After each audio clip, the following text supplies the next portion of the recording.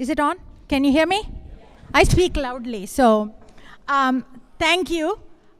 This is my community. I was a storyteller in 2024 Voices, and I told the entire world how I came out to my parents, thereby coming out to the entire world. And it was a great opportunity. And thank you. It's Pride Month. And it was a big act of courage. And I always believe one act of courage begets another. And this year, I am doing something very, very scary, yet very, very important. I am running for office to be the state rep from Lowell and Tewksbury for 17th Middlesex District. I am the first openly queer Indian woman, first Indian woman too, to ever run for office in Massachusetts. Thank you. And thank you. Thank you, Voices, for giving me that courage to make that big push, right? But I'm coming here today to ask for your help. As you know, running for office is not cheap. I've been everywhere. I've been asking my Indian community for donations. A lot of Indians do not participate in politics. They say that we don't do politics. And I say, if we don't do politics, politics will do us. And it has been. And I'm running because visibility and representation matters. And now, when immigrant stories are being erased, we need that representation even more. I am a scientist, I am an immigrant, I'm a queer Indian woman, and right now, I believe that that kind of representation is really important. So all I ask is for you to go to www.voteforharini, Harini, and you can support me in multiple ways. Obviously, the easiest way would be to donate money. If you can, please donate money. If you can't donate money, if you can donate time, we are looking for volunteers to knock on doors or make phone calls. And I have been talking to many Indians, and they have been very scared of donating to a campaign that is, I am running as a Democrat, and they are afraid that if they support a Democrat, somehow they will be punished. And that's a very sad place to be in indeed. So if somebody here feels that way, you can donate $49.99 because that's less than $50 and your name will not be reported. So, but if anybody wants to support me and make that $49.99 a number, that would be great. So I would really appreciate it if you guys support me and help me in any way you can. That's my time. Thank you so much, and I appreciate this community a lot.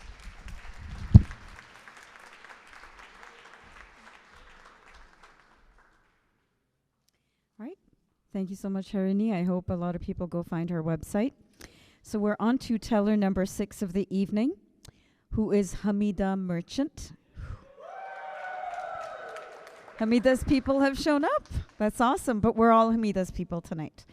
Hamida grew up in Mumbai and has been in the Boston area since 1998. She wants to say that in a previous life, she used to be a doctor. She's not anymore. I think once a doctor, you're always, you don't go by doctor anymore. She's an avid traveler and hiker, and her goal is to visit 4 new countries a year and check off all the UNESCO World Heritage Sites in her lifetime, that's awesome.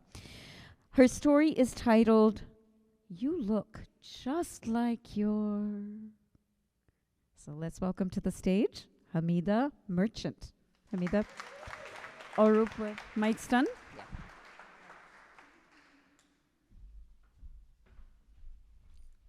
Is this on? Can you guys hear me? Yay. All right. So I was also 18 years old, like Meenakshi was, and All of us were at some point. And I was a pre-med student. And just getting out of this horrific, boring biology tutoring session that all Indian parents sign up their kids who are doing medicine to get the best marks possible. And I was exhausted, and my friend said, come to my house. So I went to her home to chill, as you kids call it nowadays. And there I ran into her dad. Her father, mind you, was the fire chief of Bombay City at the time. And very handsome, very impressive man. And I was in awe. And I was like, hi, uncle. And he's like started talking to me. And I was like, wow, look at this man. He's talking to me.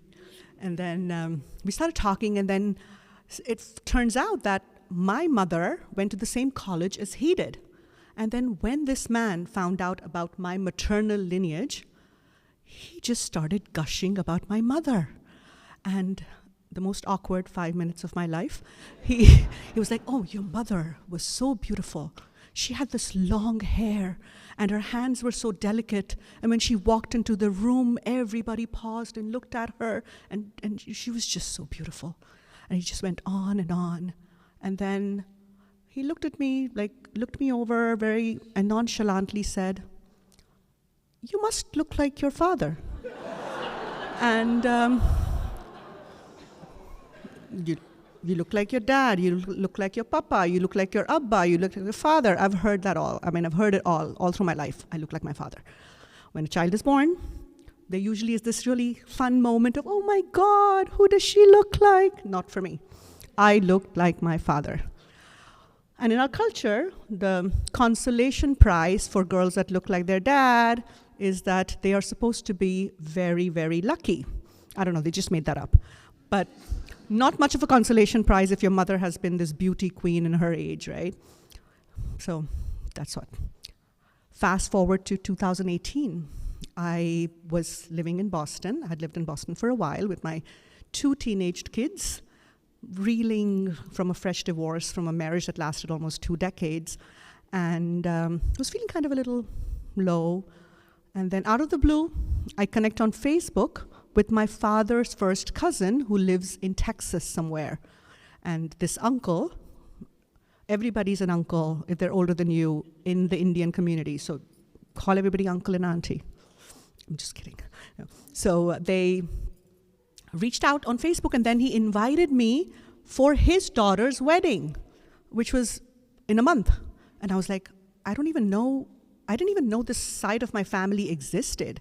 I thought I was like an island living all by myself and dwelling in this weird space of grief and isolation, that I have no family in America, and that horrible feeling. And I did have an amazing group of friends. I have my hiking buddies, my book club buddies, and my Indian community, which is always there. But you somehow, when you go through a life-changing event like a divorce, you start feeling this void that only family can fill. And those blood bonds that you're looking for. So I was feeling very low. And then I got this invitation for a wedding, which was not just a Facebook invite. It was this really thick, mailed invitation with like 7 cards in there for all the events. And I was like, yes, I'm going to Dallas for a wedding, to meet family that doesn't know me. So when that envelope came, I mean, it made me feel so warm and fuzzy inside, like it was full of love, and it had flown from Dallas all the way to Boston, and now all that love is coming to me, and it sounds really cheesy, I know, but that's how I was feeling in that moment. Very sentimental during that time. And so I pack my 2 kids and buy saris and my jewelry and, get the tickets, and we end up going to Dallas. And then the day of the wedding, we walk into this huge convention hall. The wedding was in this giant convention hall, and this wedding is really big. I mean, me and my kids have not seen something of this scale in our lives in the United States. It's like Texan, Indian, big fat Indian Texan wedding combined. And so I'm like, I'm wearing my purple gold bordered sari with my bangles jangling and my earrings dangling, and those were like golden diamonds, not these ones. But and my kids looked amazing. My son, who's in the audience today, was wearing this really nice suit, and my daughter wore this pink ghagra, which is like a flowy skirt, and we all looked spectacular. I mean, I thought so. And we're walking in this huge, giant hall full of people who look, trying to find a friendly face. And I only know my uncle so far, and I'm looking around, smiling politely at people, and they all look like strangely familiar, and I'm like, I don't know them. And then it hits me that I probably share the same gene pool as these people. And I was like, if I ever need a kidney, these are my people, And so I was like, okay, yes. And then I'm like, and the scale was so big in this wedding that there was actually a Ben & Jerry's giant ice cream truck in the hall. And I was like, how did it get there? I have no idea, but it was there. And everybody likes ice cream, so it was a happy wedding. And in the front of the room, I see like some commotion, there's a older man sitting in a wheelchair, and everybody is walking up to him, kind of like paying respects and greeting him. And it almost looked like a king was holding court, and he's sitting in his wheelchair, and everybody's walking up and bowing down and, meeting him, and he's blessing them. And I'm like, okay, must be somebody important.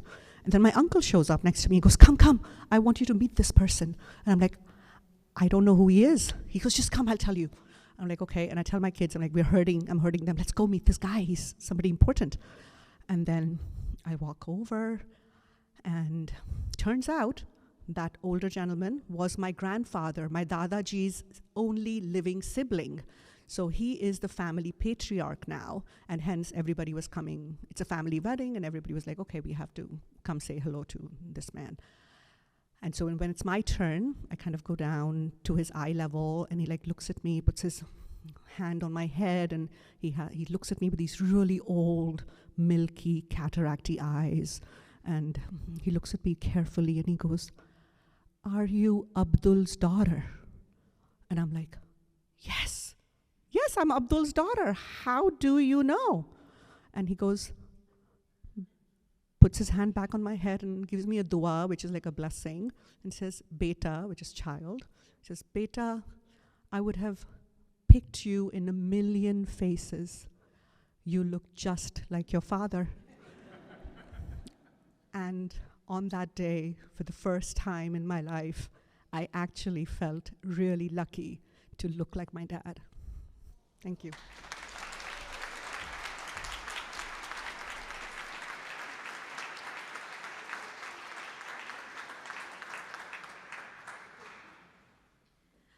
Oh, I know this story, and I'm still a little teary.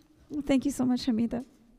So our seventh teller is Rajesh Mirchandani, who for over 30 years has helped social impact organizations and leaders tell better stories as a global journalist, broadcaster, nonprofit communications executive, and now as founder and CEO of Storytelling Consulting.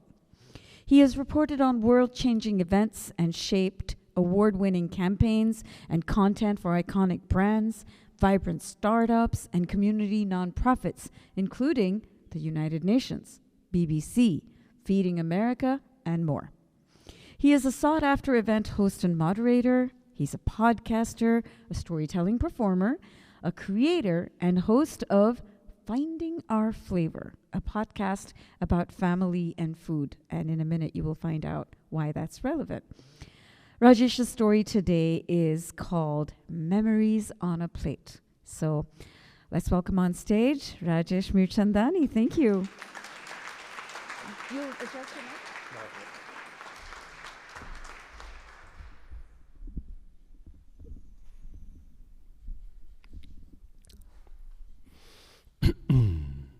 Sound good? My mother's kitchen is a place of magic and mystery. In one cabinet, nothing but repurposed honey jars, identical except the powders inside are slightly different colours. Nothing is labelled, but Mum, and only Mum, knows exactly what lives where. No one else can crack the secret of the spice cupboard, not even favoured son. And believe me, I've tried. I live thousands of miles away, and I miss the Indian food I grew up with. It connects me to a country and a culture that runs in these veins. But when I try and recreate those flavours, I hit a universal truth. Mothers don't measure. And they don't write down recipes. They just know. Case in point, we're in Mum's small kitchen with a sticky linoleum floor, and she's pouring yellow lentils into her tiny hand. These, she says, these our people call moong dal. So what you do, you soak, you rinse, you put it in the pot, you add water, and you cook it till it's done.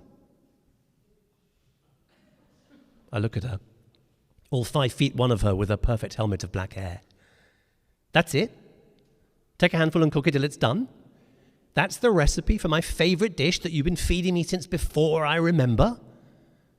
She smiles and shrugs. Well, I say, at least can you tell me how much is a handful? Well, it's this much.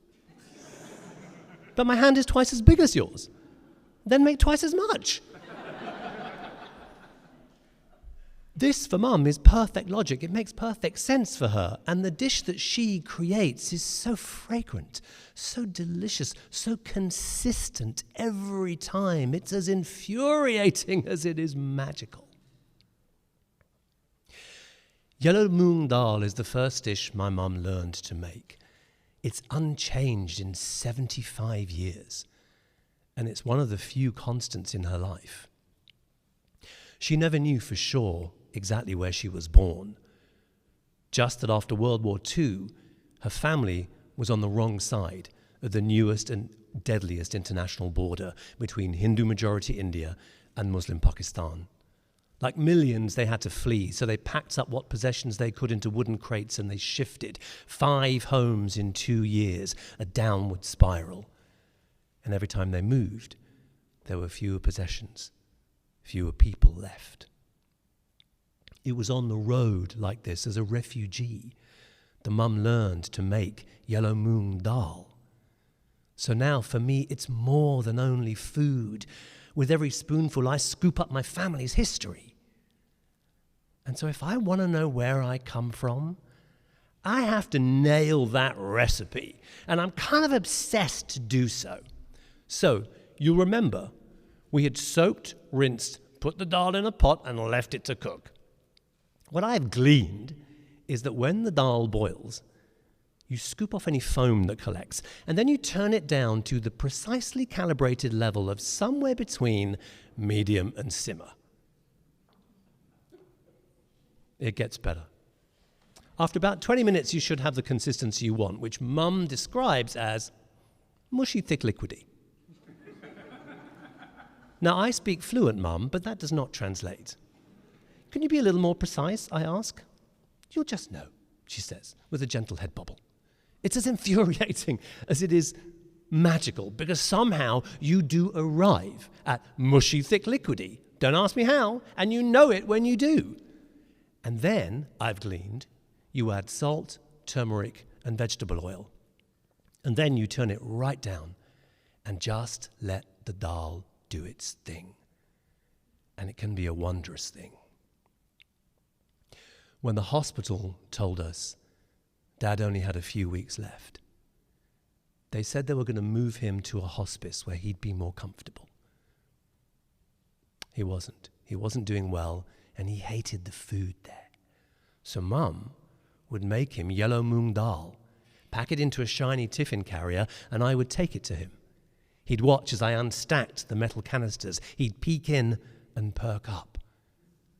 The tiffin box always came home empty. And slowly, the magical dish did its thing. Sometimes we'd visit. He wouldn't be in his room. This man with only a few weeks left to live would be walking up and down the corridors, flirting with the nurses. He'd cast aside his aluminum walking frame because it was slowing him down. It was as infuriating as it was magical. We were blessed with 2 more years with him. These last few years, Mum's cooking is mainly for when I visit, favoured son. When the dal is nearly done, I'd reach for the finishing spices. Can I, Mum? And she'd shoot me a look. You won't get it right. And then she goes tap, tap, tap, and adds the spices. Barely looking. Exact ratio, always the same, always perfect. It's as infuriating. Well, you know how I feel about that by now, don't you? Last year, we had to clear out the spice cupboard. Mum's kitchen fell silent for good. It all happened so fast, I can't even bring myself to tell you this story in the past tense. But I remember that look she'd give me. I treasure that look. I pushed my favoured son status to the limit, but I now have about 20 of her recipes, as well as an American partner who doesn't know how they're supposed to taste. Hallelujah. Dal is his favourite too. Bless his heart, he's always complimentary, but I know it's not the same. How could it be? That dish has travelled 3 continents and nearly a century. It's now a family story I continue to tell. So when it doesn't come out like Mum's, it's not infuriating. It is magical. Thank you.